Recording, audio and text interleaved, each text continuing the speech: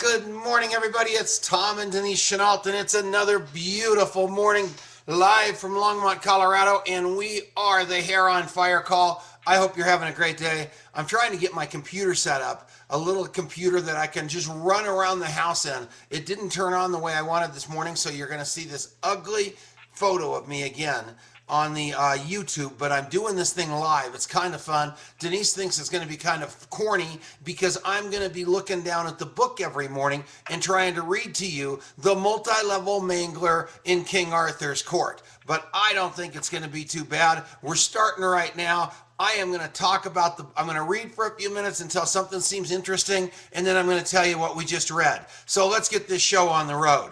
This book was written by Greg Arnold. As you know, he is a diamond in Youngevity. He has put together an unbelievable team in a short amount of time, and it is only going to get better and better and better and better and better. So let's get this show on the road. The foreword of this book is written by Big Al. You guys all know him. He's a trainer to so many people out in the industry, Big Al Schreider. And he says leadership, building leaders, successfully manage a multi-level marketing distributor organization.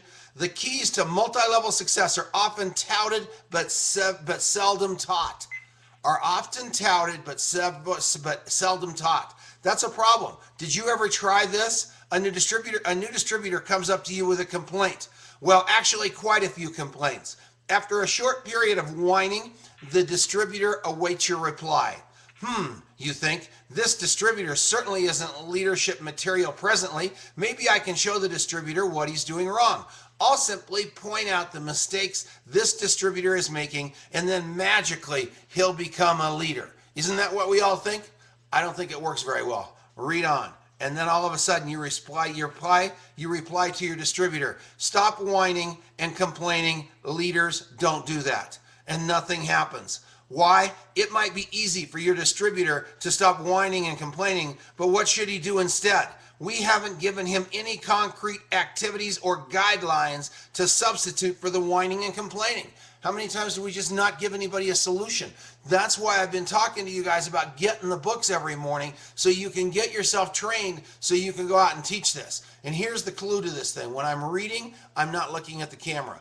When I'm looking at the camera, that means I'm not reading. So those are the two things that you need to connect in this whole thing. So right now, I'm not reading. I'm looking at the camera. So let's keep this show going here. I wonder what this is going to look like. I'm very excited. We can't see it anyway. Oh, no. Okay, so there's one of those complainers. There's one of those people we were talking about whining and complaining. What's your name, young lady? I'm kidding. Okay. So on with the book. Why? It might be easy for your distributor to stop whining and complaining, but what should he do instead? We haven't given him any concrete activities or guidelines to substitute for that whining and complaining. With nothing to substitute, our distributors become mimes. This is not leadership development. It's reprimanding destructive behavior. Sure, we could give them a lecture in leadership, but what would we say? And would they listen? Probably not. Better yet, we could give our new distributor a leadership book that mentors him in constructive leadership principles. But what book? Where do we find a leadership book that models and mentors new distributors? Well, now you have it in your hands. Your new distributor will enjoy the multi-level manglers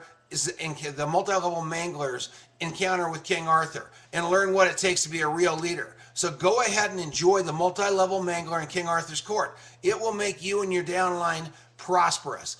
That's pretty cool. Now, it only took about 4 minutes to read a couple pages, so the way I've got it figured, in about 455 years, we're going to have all these books read, and we're going to be 100 years old, and we are going to be smart, smart, smart. So let's read on. What do you have next? The introduction. An unsolicited letter to the reader. I just know that with the principles of Greg Arnold and King Arthur that they teach in this book, anyone can become an MLM gazillionaire in a very short amount of time. His MLM foundation plan is filled with old-fashioned common sense. His leadership, recruiting, and business building techniques are superior.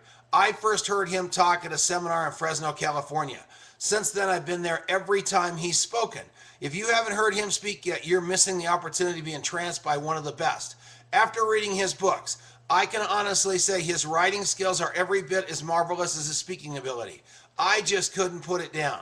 He is such a wonderful teacher, coach, and mentor. He is easy to understand, very funny, and he makes everyone feel good and believe in themselves. He's also so cuddly, you just want to squeeze the stuffing out of him. That's not my quote. I did not write that. This is by far the best book I've ever read. It might be the best book ever written on the industry. On the subject of network marketing, there is no equal. It is the best MLM how-to information ever to get into print.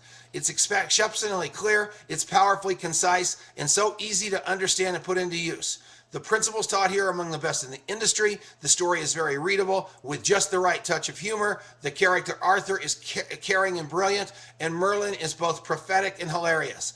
Clearly, this is a modern-day masterpiece, and that's probably an understatement.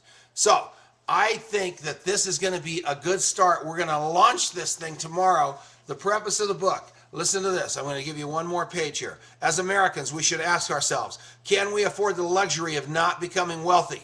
Can you afford that? Or another way it might be, can we afford the price of poverty? Statistically, most of us are in pretty sad shape. 95% of us have some month left over at the end of the money. 70% of our spendable income goes into debt service. 92 of us are technically insolvent, and we have more liabilities than the assets. We are paying for meals at McDonald's with Visa cards and making the minimum monthly payments. At 19.8%, it'll take 39 years to financially digest that hamburger. We hate our jobs, but with 4,000 jobs disappearing every day to corporate downsize, we worry about losing them. We worry about money. We worry about bills. We get divorced because we blame our financial problems on each other.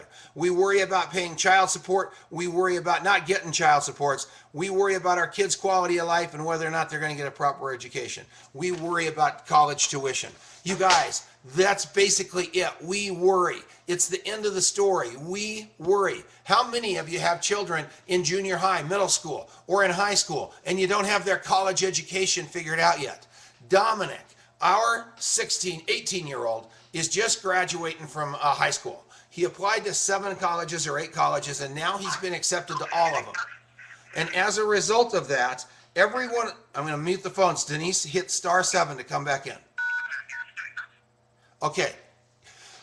Anyway, he just got into college. And guess what?